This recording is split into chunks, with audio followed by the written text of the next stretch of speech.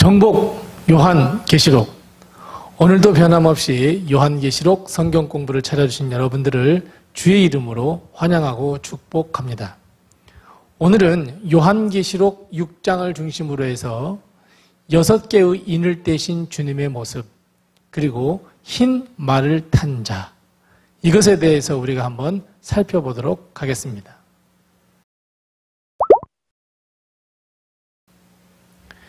우리가 잘 아시는 대로 요한계시록 6장은 바로 재앙의 시작입니다.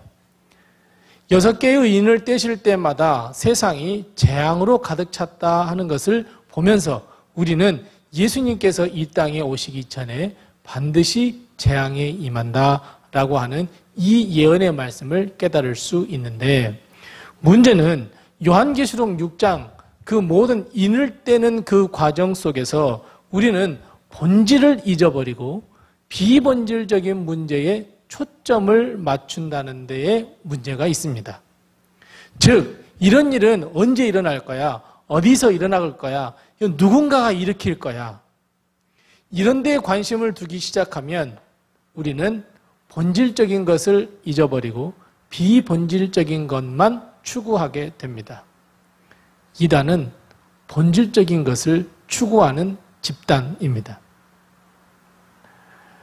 잘못된 관심, 비본질적인 것에 큰 관심을 두어서 본질적인 것을 덮어버립니다. 결국 이단이 탄생할 가능성이 높아집니다. 그런데 재미있는 것은 그 이단, 터무니없는 주장에 우리는 쉽게 넘어간다라고 여기가 라는 데 있습니다. 왜냐하면 그럴듯해 보입니다. 유혹에 쉽게 넘어가 버리고 맙니다. 그렇다면 여러분, 요한계시록 6장에서 주님은 우리에게 무엇을 가르쳐 주시려고 하시는 것일까요?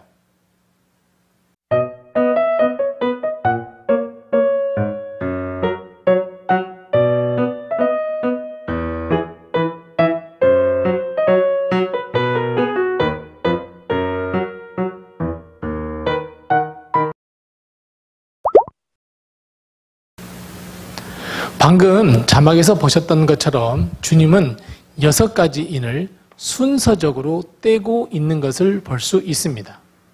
여기서 우리는 반드시 본질적인 것 3가지를 놓치지 말아야 합니다.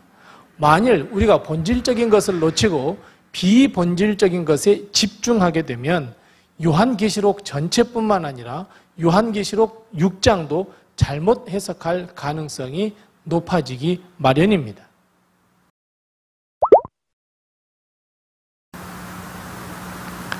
우리가 6개의 인을 떼는 그 과정을 보면서 우리가 반드시 기억해야 할 첫 번째는 예수님은 역사의 주관자이시고 예수님은 심판주이시며 예수님은 다시 오실 만왕의 왕이다. 즉, 모든 주인공은 예수님이다 하는 이 본질을 절대로 놓쳐서는 안 됩니다. 첫 번째 흰말 탄 사람은 누구이고, 두 번째 말을 탄 사람은 누구이고, 언제 일어나는 것이고, 어떤 현상이고, 요즘으로 보아 어떤 현상이 바로 그런 현상이고, 여러분, 이 비본질적인 것에 빠지기 시작하면 이단에 빠지기 쉽습니다. 본질적인 것, 반드시 기억해야 할 것, 역사의 주인은 예수 그리스도이시다. 6개의 인을 떼시는 분은 바로 예수님이시다. 우리는 오롯이 예수님께 집중해야만 합니다. 이것이 요한계시록 6장 우리에게 주님께서 말씀하시는 가장 중요한 메시지 가운데 하나입니다.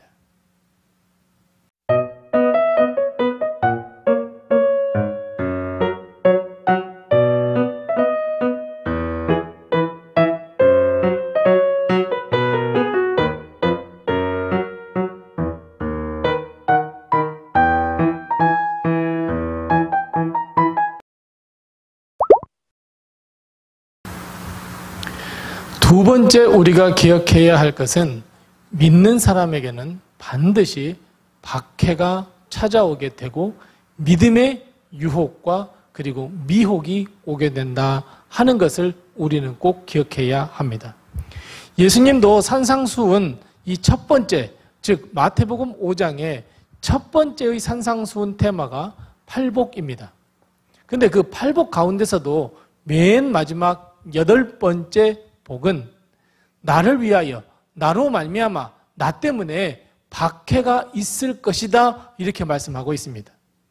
그 박해를 이기는 자에게는 하나님의 나라를 그들에게 주겠다, 그들의 것이다 라고 주님께서 말씀하고 있는 것을 볼 수 있습니다.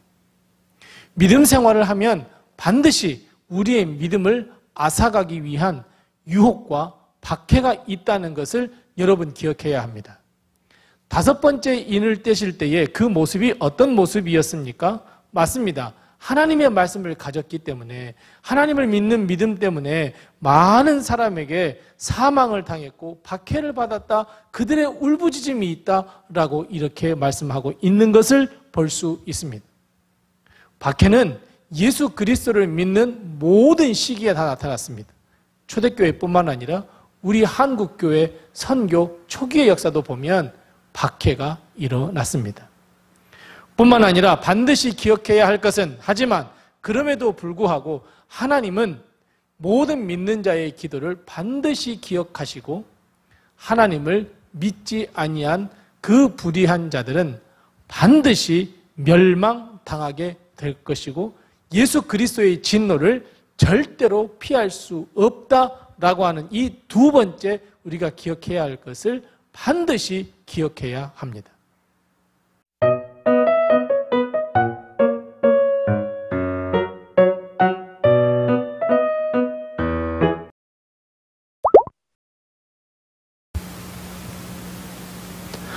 마지막 우리가 3번째 꼭 기억해야 할 것은 바로 주님께서 우리에게 하시는 말씀, 사도 요한에게 하셨던 말씀, 오라라고 하는 이 단어입니다. 오라라고 하는 단어는 그 속 안에 와서 보라라고 하는 이 2가지의 단어를 합해 놓은 의미가 바로 오라라고 하는 말씀입니다. 무슨 말씀입니까?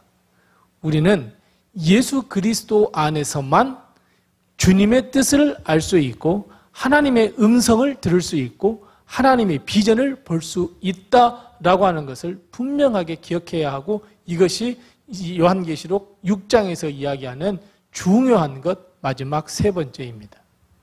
우리는 하나님을 떠나서 예수 그리스도를 떠나서는 절대로 하나님의 말씀을 깨달을 수도 없고 들을 수도 없고 해석할 수도 없습니다.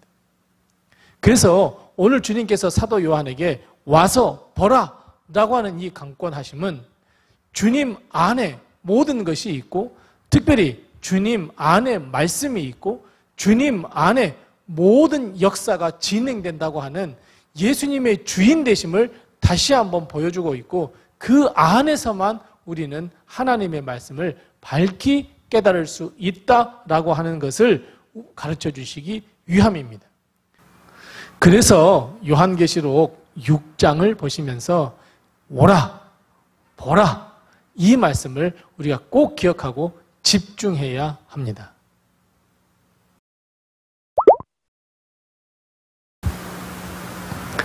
신천지를 비롯한 수많은 이단이 가장 많이 행하는 퍼포먼스는 자신들의 교주가 승리자이며 흰 말 탄 자라고 여겨서 백마를 타는 퍼포먼스를 많이 하는 것을 볼 수 있습니다. 여러분, 백마를 탔다고 해서 승리하는 자가 되고 백마를 탔다고 해서 구세주가 되는 것일까요? 대부분 우리는 흰 말을 탄다, 백마를 탄다 그러면 승리라고 하는 것을 우리는 상상하지만, 요한계시록에 보면 흰 말을 탄 자, 백마를 탄 자가 바로 요한계시록 6장에도 나와 있고 요한계시록 19장에도 등장합니다. 그런데 요한계시록 6장의 흰 말 탄 자와 요한계시록 19장에 타는 백마는 완전히 그 의미가 다릅니다. 요한계시록 6장의 흰 말 탄 자는 싸우기 위해서 무엇을 가졌다 그랬습니까? 활을 가졌습니다. 공격하기 위함입니다. 하지만 요한계시록 19장에 나오는 백마 탄 사람, 백마 탄 자는 바로 검을 가지고 있고 그의 목적은 어린 양의 혼인잔치에 참여하기 위함이고, 그리고 검이라고 하는 것은 성령의 검, 말씀의 검으로 예수 그리스도를 믿지 않는 자를 심판하기 위함입니다. 결국 요한계시록 6장에서의 이 흰말 탄 자는 싸움을 위한 것이고, 요한계시록 19장에 백마 탄 사람은, 백마 탄 자는 결국 구원을 완성하기 위함입니다. 그렇다면 여러분, 우리는 여기에서 이것을 한번 꼭 질문해야 합니다. 무엇이냐면, 예수님의 재림은 점차적으로 이루어지는 것일까? 아니면 호련히 임하는 것일까? 그래요, 맞습니다. 호련히 임합니다. 교주들이 백마를 타면 재림이 끝났을까요? 그들이 구세주가 되었을까요? 세상은 아직 끝이 아니잖아요. 그런데 이단에 빠져 있는 사람들은 그것을 보면서 박수치면서 환호하면서 백마 탄 자가 나왔다고, 흰말 탄 자, 이기는 자, 승리하는 자가 나왔다고. 여러분, 그것은 퍼포먼스입니다.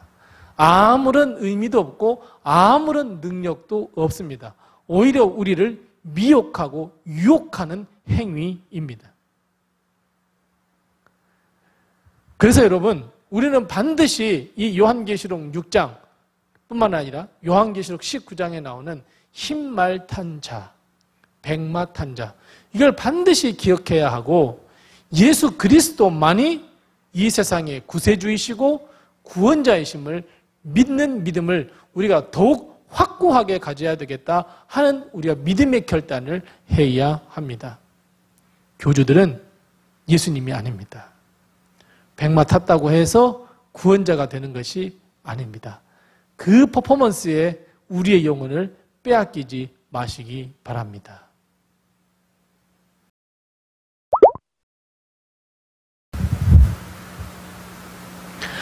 오늘 우리는 요한계시록 6장을 보면서 6개의 인을 떼신 예수님, 그리고 흰말 탄 자, 우리는 이 두 가지를 살펴보았습니다.